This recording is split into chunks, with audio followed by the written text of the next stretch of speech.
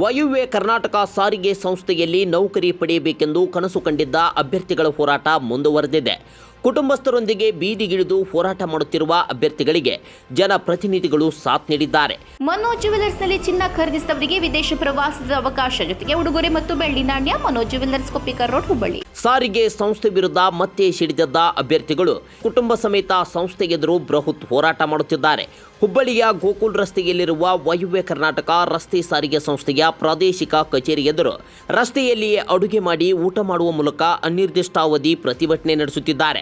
ಈ ನಿಟ್ಟಿನಲ್ಲಿ ಮಾಜಿ ಸಿಎಂ ಬಸವರಾಜ ಬೊಮ್ಮಾಯಿ, ಶಾಸಕರಾದ ಎಂಆರ್ ಪಾಟೀಲ್, ಮಹೇಶ್ ತೆಂಗಿನಕಾಯಿ ಸೇರಿದಂತೆ ಇನ್ನಿತರರು ಆಗಮಿಸಿ ಅಭ್ಯರ್ಥಿಗಳ ಹೋರಾಟಕ್ಕೆ ಸಾಥ್ ನೀಡಿದ್ದಾರೆ.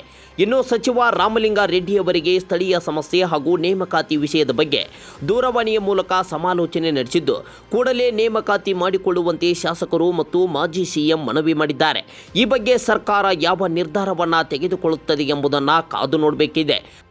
1,000 ನೇಮಕಾತಿ ಮಾಡಿಕೊಂಡು ಉಳಿದ 1814 ಜನರಿಗೆ ನೇಮಕಾತಿ ಆದೇಶವನ್ನು ಕೊಡದೆ ತಾರತಮ್ಯ ಮಾಡಿದ ವಿರುದ್ಧ ಇವತ್ತಿನ ದಿನ ಎಲ್ಲ ಅಭ್ಯರ್ಥಿಗಳು ನಮ್ಮ ಧರಣಿಯನ್ನು ಮಾಡ್ತಾ ಇದ್ದಾರೆ.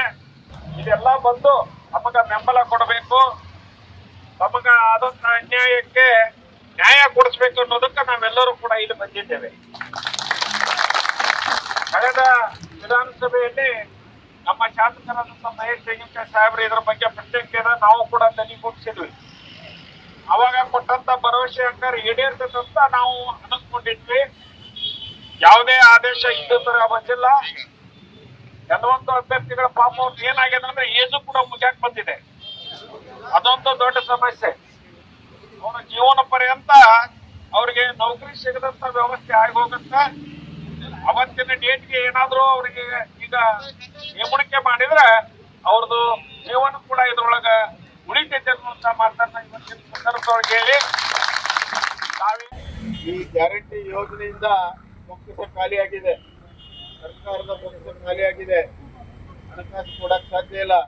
ಶಕ್ತಿ ಯೋಜನೆ ಕಾಲಕ್ಕೆ ದುಡ್ಡು ಕೊಡೋದು ಸರಿಯಾದ ಸಮಯಕ್ಕೆ ಬರ್ತಾ ಇಲ್ಲ. ಹೀಗಾಗಿ KSRTC ತೊಂದರೆ ಆಗಿದೆ. ಅದಕ್ಕಾಗಿ ನಿಮ್ಮ ರಿಕ್ರೂಟ್ಮೆಂಟ್ ಇದ್ದಾರೆ. ನಾನು ಇಷ್ಟೇ ಹೇಳೋದು, ಮುಖ್ಯಮಂತ್ರಿಗಳಿಗೆ ಮತ್ತು ಸಂಬಂಧಪಟ್ಟಂತ ಮಂತ್ರಿಗಳಿಗೆ ಕೂಡಲೇ 1800 ಪೋಸ್ಟ್ಗಳನ್ನ ತುಂಬುವಂತ ಕೆಲಸವನ್ನ ನೀವು ಮಾಡಿ.